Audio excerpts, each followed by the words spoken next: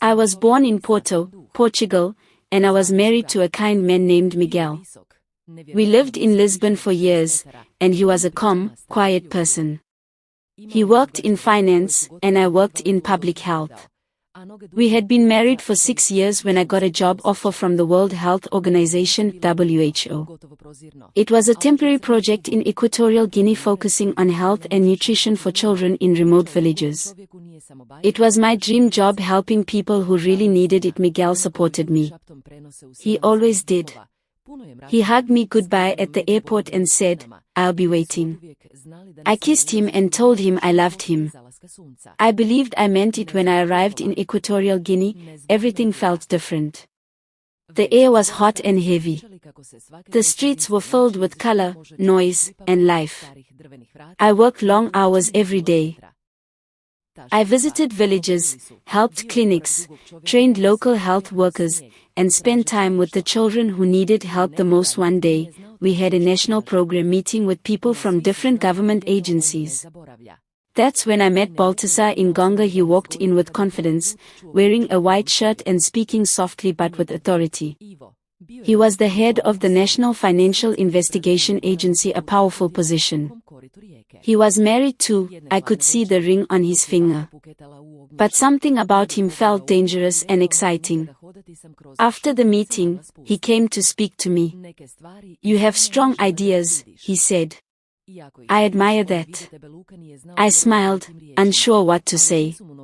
But from that moment, something began. We started seeing each other more. First in public meetings, then at coffee shops, then in secret. We told ourselves it was just friendship, that we only liked each other's company, that it was harmless. But one evening, we had dinner together after a long day. It was raining heavily. We sat close in a quiet restaurant. He looked at me and whispered, "You're not like the others." I felt my heart pounding. I was a married woman. He was a married man. But in that moment, I didn't care. We kissed that night. It was soft and slow and full. From that night on, we started seeing each other in secret. Hotels, guest houses outside the city, sometimes just in his car, parked on a quiet hill. I told myself it wasn't serious, that I was just enjoying something exciting in a lonely place far from home. He made me laugh. He listened to me. He made me feel wanted. With Miguel, everything was calm and soft. But with Baltasar, it was like touching lightning. He called me late at night. We sent messages every day. One message from him read, "When I see you, the world stops." I would smile, then cry. Because I knew I was lying. I was cheating. I was betraying a good man who trusted me. But I couldn't stop. I told myself it was just for now. Just until the project ended. Sometimes I would look at the pictures of Miguel on my phone. He sent me photos of our house, of our cat, of the garden we planted together. He wrote, "I miss you every day, my love. I count the days until you're home." I wanted to tell him. I wanted to be honest. But I was afraid. Afraid of losing everything. Afraid of being judged. Baltasar never spoke about his wife. I didn't ask. Maybe I didn't want to know. Maybe we were both living in a dream world, far from the real one. One night, after making love in a small hotel outside Malabo, I asked him, "Do you love her?" He looked at me for a long time. Then said, "She is my family. But you are my fire." I didn't sleep that night. The project was ending. I was going back to Lisbon. Baltasar held my hand in the car on my last day. He didn't speak much. Just held my hand tight. Before I left, he whispered, "If we lived in another world, maybe we would have been free." I cried in the plane. Not because I loved him more than Miguel, but because I had become someone I didn't recognize. When I returned home, Miguel hugged me like nothing had changed. I smiled. I cooked dinner. I slept beside him, but I was not the same woman. I had memories that would never leave me. I had guilt that I carried like a shadow. I had a part of me that still burned quietly whenever I remembered the smell of Baltasar's skin or the sound of his laugh. Months passed since I came back to Lisbon. The city was the same. The streets were busy. The air was cool. The ocean still made that soft sound every night. Miguel was the same, too. Kind, loving, patient, but I was not the same. Every night when I lay in bed beside him, I closed my eyes and remembered Baltasar's chest, warm and strong, where I used to rest my head after making love. His hands, his scent, the deep sound of his voice when he whispered, "You're the only one who sees me." I tried to forget.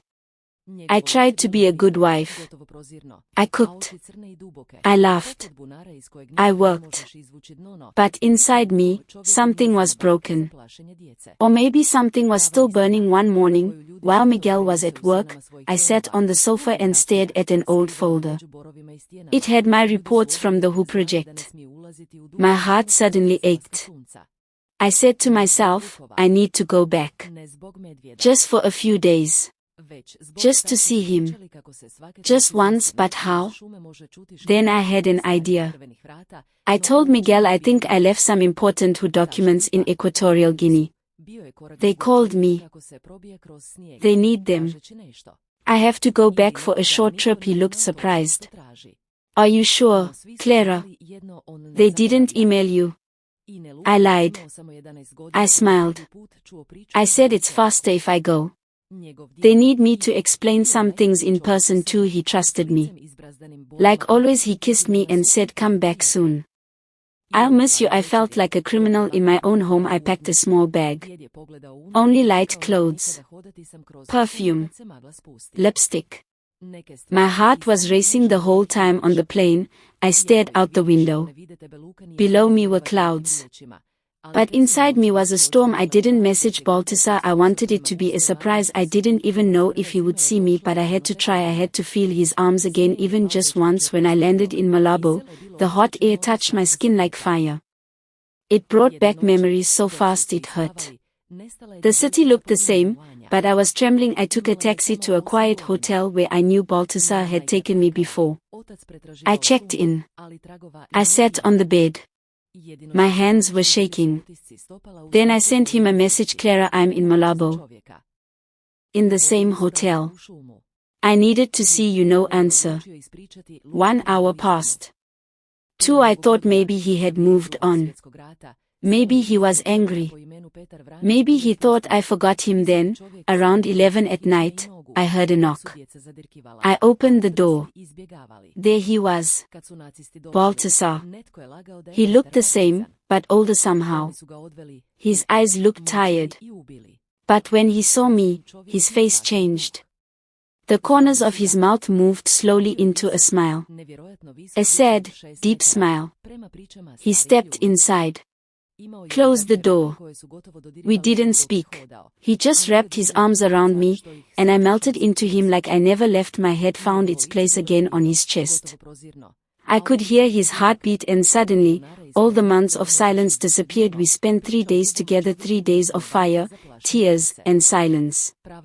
We didn't go out much. We stayed in that room. We touched. We kissed. We whispered things we should never say. I asked him, "Did you forget me?" He shook his head.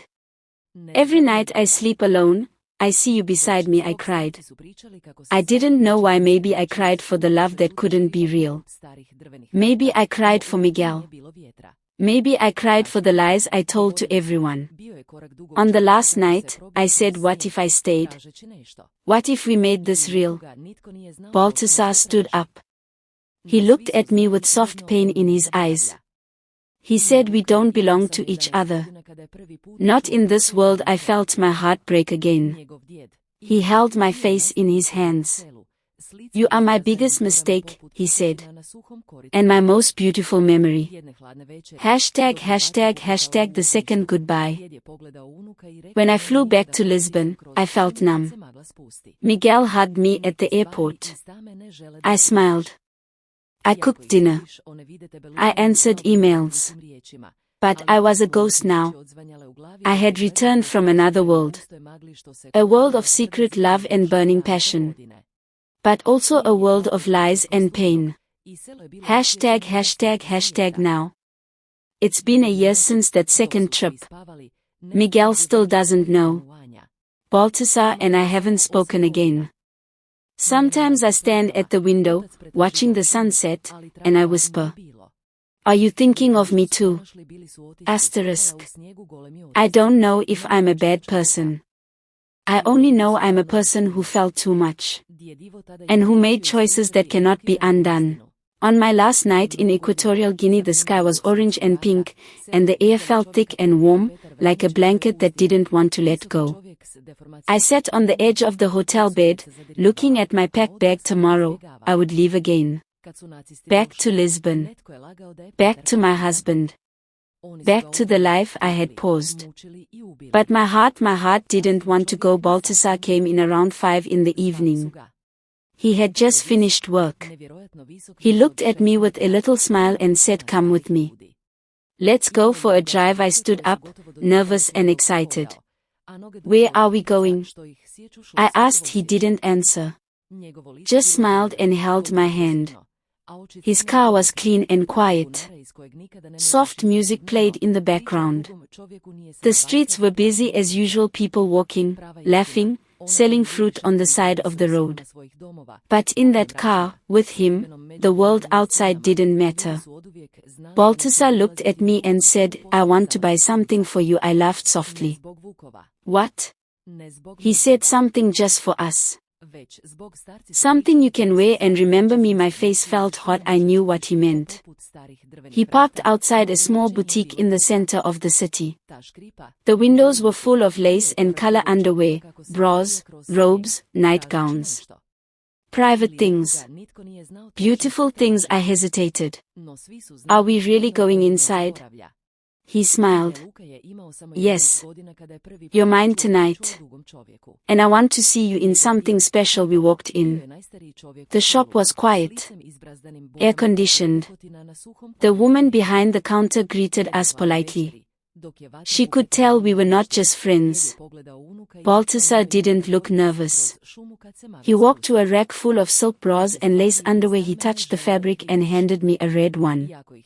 "Try this," he said. I took it with shaking hands. I went into the changing room. My heart was beating fast. I took off my clothes slowly. My skin felt warm, excited, scared. I put on the red bra and panties. They fit perfectly. I looked at myself in the mirror, different, like a woman from someone else's story. Then I opened the curtain just a little. Baltasar was waiting outside. He saw me. His eyes changed. He didn't say anything for a moment. Then he whispered, "You look like fire." He picked more. A black lace bra with tiny bows, a white silk robe, a deep blue nightgown with thin straps. Each time I came out of the changing room, his eyes followed every part of me. He didn't touch me, not there in the shop, but I could feel his fingers in every look. We paid. He carried the bags.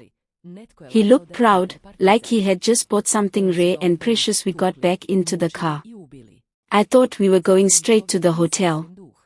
But he drove in the opposite direction. We drove away from the city, into a quiet area with trees on both sides of the road. The sun was low now, almost touching the earth. Suddenly, he stopped the car. No houses. No people. Just the road, the trees, and the evening sky. He turned to me. His eyes were serious, burning. He opened my door, helped me out, and stood with me under a tall tree. The wind moved softly. A few birds flew past. Then, without a word, he pulled me close. His hands were strong on my waist. My chest was against his. He kissed me. Slowly at first. Softly. Then harder. Deeper. Like a man who was saying goodbye with his mouth. He kissed me on my lips, my neck, my cheek, then my lips again, over and over. The kind of kiss that says everything your heart cannot. I felt like I was floating. My hands were in his hair. His breath was warm. We were hidden but exposed. And I didn't care. After the long kiss, he pressed his forehead against mine. I will never forget how you feel in my arms. This you and me, it's not just desire. It's something else when you're gone. I look at the moon and wonder if you're looking at it too. I had tears in my eyes. I don't want to go, I said. He kissed my forehead. But you will. And I will let you. Because love sometimes means not holding on too tight. When we returned to the hotel, we didn't speak much. We made love slowly, gently, like we were afraid to wake up from a dream.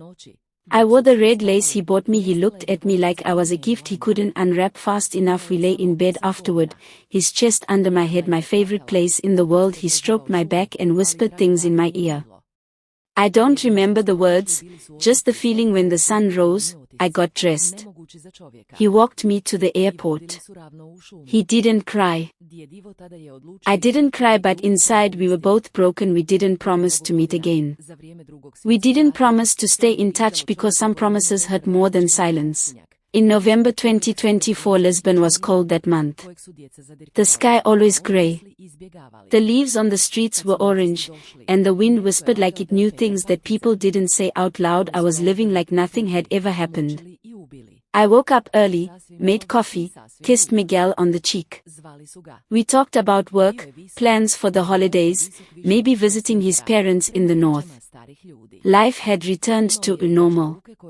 But I knew, deep inside, that I was pretending. Baltisa was just a ghost now, a fire that once burned too hot, then disappeared into smoke. I still thought about him, sometimes in my dreams, sometimes when Miguel touched me and I felt nothing. I thought the past was buried. But I was wrong, so very wrong. It started with a message from a coworker. Clara, did you see the news about Baltasar in Gonga? I froze. My fingers went cold. I typed back, no, what happened? She replied instantly, just check Twitter or YouTube. It's everywhere. My hands shook as I opened my phone. I searched his name. And then, everything changed. There it was. On every social platform. On every headline. Baltasar in Gonga, head of National Financial Investigation Agency, involved in massive sex scandal. Over 200 women recorded without consent. Leaked videos shake political elite in Equatorial Guinea. My heart was pounding. My breath stopped. I clicked the first video. It opened to a dark hotel room. A man's deep voice. A woman's laugh. Shadows. Movement. Baltasar, there was no doubt. And then my face. My voice, my body. A short clip. Maybe 15 seconds, but it was enough. I was one of the women. I closed my phone. My heart was racing like a wild animal. I felt cold sweat down my back.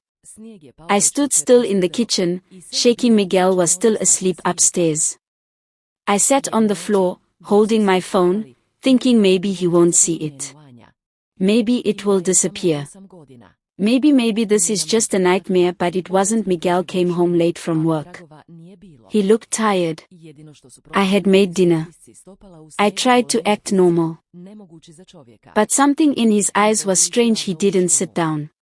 He didn't smile. He walked into the kitchen, looked at me, and said, Clara, do you have something to tell me? My heart dropped. I swallowed hard. What do you mean? He pulled out his phone, opened the tab, pressed play. And there it was, my video. My face, my body, my voice, and Baltasar's voice saying my name. He watched it all the way through. Then looked at me like I was someone else, someone he had never met. How long? He asked. How many times? I opened my mouth, but no words came. I was choking on guilt, drowning in shame. He stepped back. You lied to me every day. I cried. I begged. I told him I didn't know about the recording. That I never meant for this to happen. That I loved him. That it was over. that it meant nothing. But he wasn't listening. His face was stone. His eyes red. "I saw you," he whispered. "I saw you in his arms. I saw you enjoy it. And then you came back to my bed?" I collapsed on the floor, sobbing. I was lonely. I was lost. I made a mistake. He didn't touch me. He didn't speak. He walked to the bedroom, closed the door. The next morning, he was gone. No note. No message, just an empty closet and silence. I tried calling, texting, emailing, nothing. He had blocked me from everything. I found out later he went to stay with his sister. That he had quit his job and was talking to a lawyer. Miguel, the man who once kissed me every morning, who waited months for me while I was with another man, was gone, and I had no one to blame but myself. In the following days, the story exploded. More videos came out. More women. Some famous. Some married. Some students. The news said Baltasar had recorded over 200 women during private moments. Most of them had no idea. Like me, people online were angry. Some defended him. Others called him a monster. Some women gave interviews. I refused. I couldn't even leave my apartment. My job called me. My director asked if it was really me. I admitted the truth. I was suspended. Then asked to resign. My name was in the press, but not big, just one of many. Still, my life was falling apart. 2 weeks later, I received a letter. No return name. Just an address from Malabo inside a short note. I never meant for this to happen. I never wanted to hurt you. They stole my hard drive. The videos were private. But that doesn't change what I did. I'm sorry. I read it 10 times. I didn't feel comfort.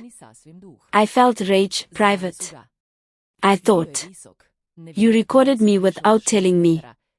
And now I have lost everything. I tore the letter in half. Then into pieces. Then into dust. Now it's August 2025. Almost a year has passed. I live in a small apartment now. Alone. Quiet. Cold. Miguel filed for divorce. I signed the papers. I never fought it. I didn't deserve to. I tried therapy. I tried writing. I even burned the red lace lingerie in the sink one night, crying like a child. Sometimes I walk by the sea, where Miguel and I used to sit. And I whisper, I'm sorry. But the wind doesn't answer. The lesson that hurts the most: I wanted excitement. I wanted to feel alive. I wanted something more. And I got it, but I also lost the only person who ever loved me. The morning after Miguel saw the video, he didn't yell. He didn't scream. He didn't throw anything. But what he did hurt me more than all of that. He looked at me, just looked. And it was the first time in our years together that I didn't see love in his eyes. No fire. No rage. Just emptiness. He didn't touch me. He didn't ask questions. He just stood there, like a man who had died while still breathing. Then he turned around, walked upstairs, packed a bag, and left. I sat on the kitchen floor for hours. I didn't cry at first. I just stared at the door, waiting. Maybe he would come back. Maybe he was just angry. Maybe this was just a nightmare. But no, every hour that passed was a message. He's not coming back. 3 days later, I got a message from Miguel. Short, cold, simple. You don't need to reach out. I've seen enough. I'm staying at my sister's. I'll have someone contact you about legal separation. I read it over and over. Not how could you? Not why? Not even I hate you, just distance. I replied. I begged. I tried to explain. I said things like it was a mistake. I didn't know he was recording. I didn't mean to hurt you. I love you. But Miguel never replied. Not once. 1 week after he left, Miguel came back. I was still living there, sleeping on the couch. I had no energy to clean dishes in the sink. Curtains closed. The air smelled like sadness. The front door opened, and I froze. He walked in, wearing a black coat, hair messy, eyes tired. He didn't even look at me. He walked past me, went to the bedroom, opened the closet. He pulled out more of his clothes, his books, a photo album, his favorite mug, the one I gave him on our anniversary. I stood in the hallway, arms around myself. Miguel, please talk to me. He stopped finally. He looked at me, not angry, not crying, just still. And he said, I can't even look at you without seeing that man's hands on you. My knees went weak. I leaned on the wall to stay standing. He walked to the door. Stopped again. You didn't just cheat, Clara. You came home and made me dinner. You slept in my bed. You smiled at me while you were hiding everything. I whispered I was lost. He shook his head. No. You were selfish. And then he left again. A few weeks later, I received the papers. He wanted a divorce. No drama. No court fight. Just clean separation. We didn't own property together. We had no children. There was nothing left to discuss. I signed it with a shaking hand. When I mailed the papers, I cried on the street, hiding my face in my scarf like a criminal. That was the day I realized some things break and never heal. The silence was the worst. Every morning, I waited for a message. Every night, I checked his online status, but he had blocked me from everything. I saw him once by accident, walking in the park. He was with a friend. He looked thinner, quieter. He saw me and looked away like I was a stranger. I wanted to run up to him, to say, remember me? The woman you waited for. The woman you kissed every night before sleep. But I stayed still because I knew he remembered. And that was the problem. Friends and family. My family was shocked. My mother said, you destroyed a good man. My sister didn't speak to me for months. Some friends left me. Others only spoke to me in whispers. No one wanted to be seen with the woman in the video. In one of the clips, you could clearly hear my voice whispering Baltasar's name. It played on TV, on Twitter, on WhatsApp. Even people in my building whispered about me in the elevator. I became the shameful story. But what hurt most, what hurt more than the scandal, more than the media, more than the world knowing, was this: I had someone who loved me quietly, kindly, and with everything he had. And I threw him away for fire, for excitement. For a man who was never mine. And now, I would never hear Miguel laugh in the shower, never see him fall asleep with a book on his chest, never feel his warm hand on my back when I had nightmares because I had turned a love story into a war zone. Now, 1 year later, I live alone in a small apartment. I don't have many friends. I work part-time at a clinic. It's not who. It's not big. But it keeps me busy. Sometimes, I still dream of Baltasar, but more often I dream of Miguel. In the dreams, he forgives me. We walk by the ocean. He holds my hand again. But then I wake up.